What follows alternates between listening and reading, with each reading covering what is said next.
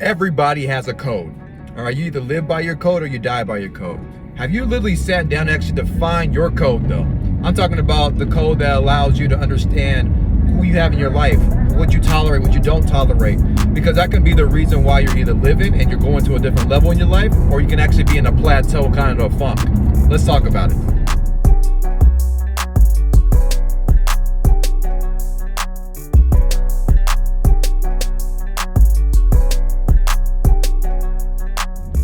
So welcome back, Preneurs.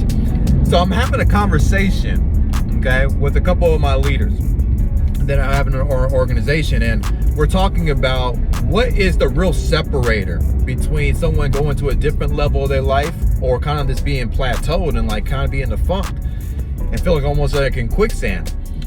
And we were processing. I'm like, it's code. It's code. And they're like, we need code. Like, is this like a cheat code? I'm like, think about it like that. It is the cheat code. It's the best cheat code if you understand what the actually cheat code is for you. And so I'm gonna break down a couple of different principles and values that have been the cheat code for me and my family, that allows us to understand who to have as associations, who's been anchoring us, who's been able to lift us up, be able to understand exactly how to maneuver, who to work with, who not to work with, and most importantly, how I am able to see my perspective of the world of different situations.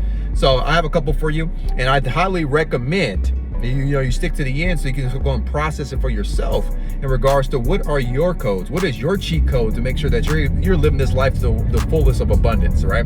So my first code is this: everything has to be done with decency and order.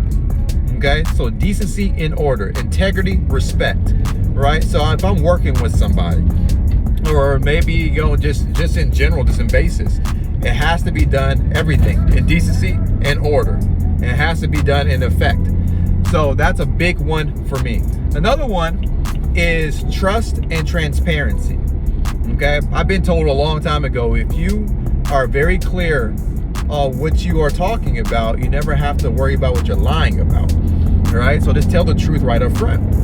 So in the truth, a lot of people don't want to hear the truth though, but are you that person that's willing to tell the truth to someone even if it hurt their feelings? Because there's always a proper way of saying it. So truth is very big for me. Tell the truth right up front. Don't sugarcoat it, don't hide it, none of that. Just tell it to me up front. And then also transparency. Transparency means being very direct. Stop being around the bush is what a lot of people might say, right? So that's another principle for me. You gotta be trust and transparency. Does that mean that we don't have fun? Does it mean we don't joke around? Not at all. But we need to be transparent, especially if we're working together, have a working relationship.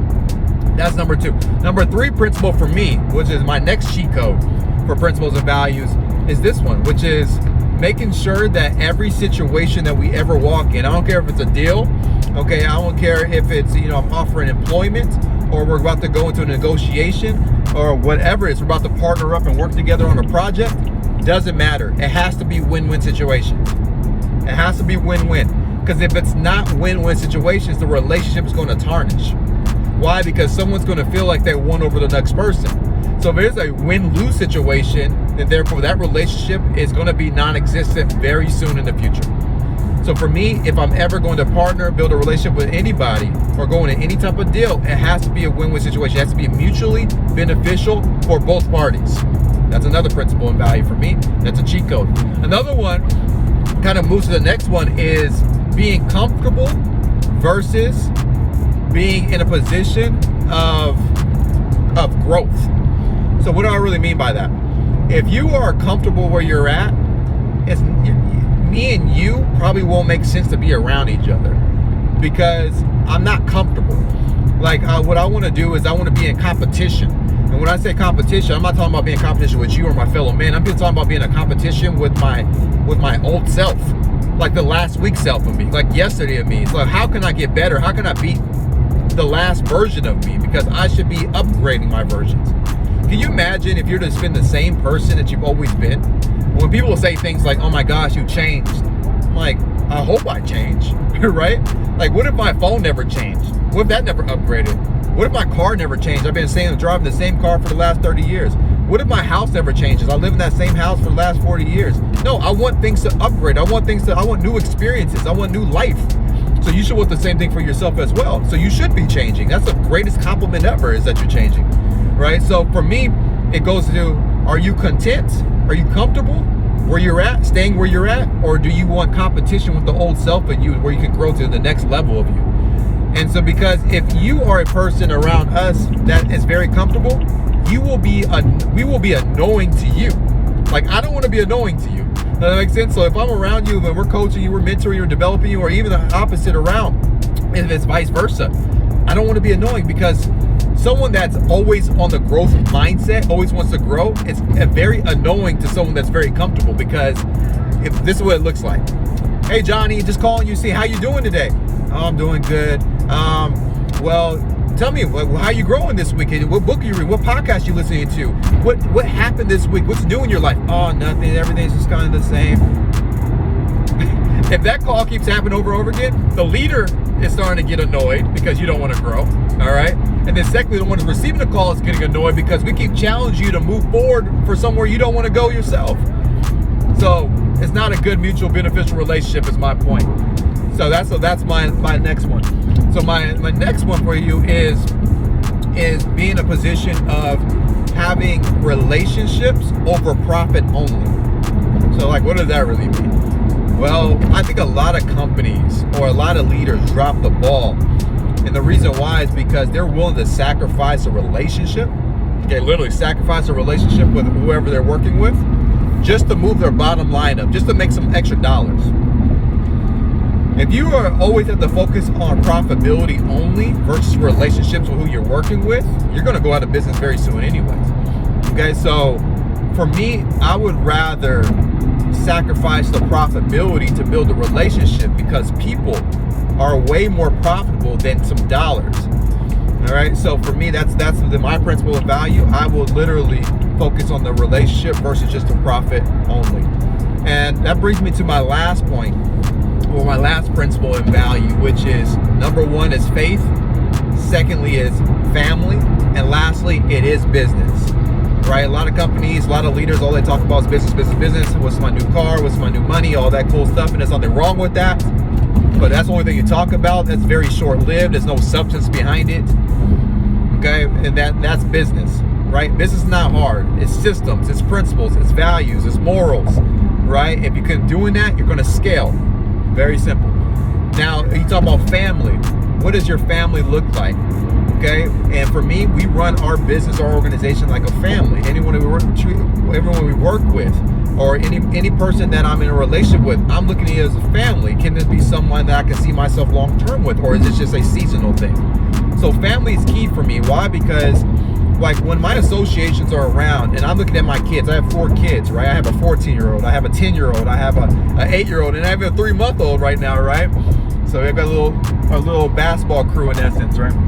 And I'm looking at my kids, and I'm looking at how impressionable they are. I'm looking at what they look at on social media and who their heroes are. And I'm like, man, who are their heroes? So I want to make sure that whoever they look and admire are people of integrity, or people that they say, you know what, those are the right principles and values. I can see myself, not what you always see on the shade room with a bunch of people going through different scandals and everything else.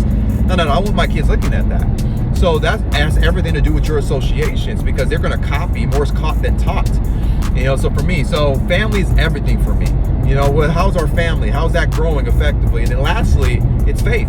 With me, nothing grows without my faith.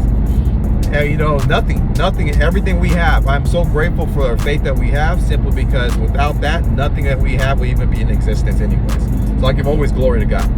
So that's my last principle values when it comes to cheat codes. What are yours? All right, I just gave you a whole bunch of them. For me, that's how I see the world. That's how I go into deals. That's how I lead. That's how I'm able to position myself to where I'm at in my life right now, is because the principles and values. And I believe that you're either going up or you're going down based on the things you tolerate and the things you don't tolerate. Because even look at this. Go in and look up Gallup.com. Gallup.com. Gallup does a lot of different surveys, does a lot of different articles, and kind of get the pulse of what's happening in America today. And it's pretty crazy. We pulled up an article that was referenced to me, and it talks about how only 1% of people in America believe that principles, values, and morals are even excellent. That's sad. That's very sad. And usually when I bring up this concept, everyone says, you know what, I could agree with that. I can agree with that. 50% of Americans also believe that the morals and values in America are poor. That's terrible. But that's a problem that everyone's witnessing. But the real question is who's actually providing the solution? Who's actually going in and saying, you know what? Yes, morals, values, and principles have been decreasing at a drastic rate in America, in our households. But what can we do to fix it? What can we do to provide a solution? I 100% believe that if you sit down and you sit down with your family, you sit down with your spouse, you sit down with your kids, you talk about what does this family stand for? If you sit down with your organization as a leader, what does this organization stand for? What is our principles? What is our values? What is our morals? What are the things that we waver against? What are the things that we do not waver against? Let's draw the line in the sand so that we are very clear on how to build our lives, our businesses abundantly. I think if everyone sits down and says, you know what is my cheat code so that I can be able to win this game of life, we will be in a better position, and we can help the next generation be in a better situation as well. So with that, go and share another leader of this video that you feel, you know what, we can get better with principles, values, and morals. I call it MVP, right? Just like you look at basketball, you know, someone that wins a championship, like what just happened with the Warriors. Steph Curry was the MVP, was the most valuable player for that team. Well, the most valuable player for your team that you're literally building together right now is your morals, values, and principles, which stands for MVP. So with that, go and share with somebody that needs to increase and have an MVP on their team so they can have the cheat code of life. And we'll see you guys on the next video so we can help you keep increasing your profit, your passion, your purpose so you can live your best Preneur life.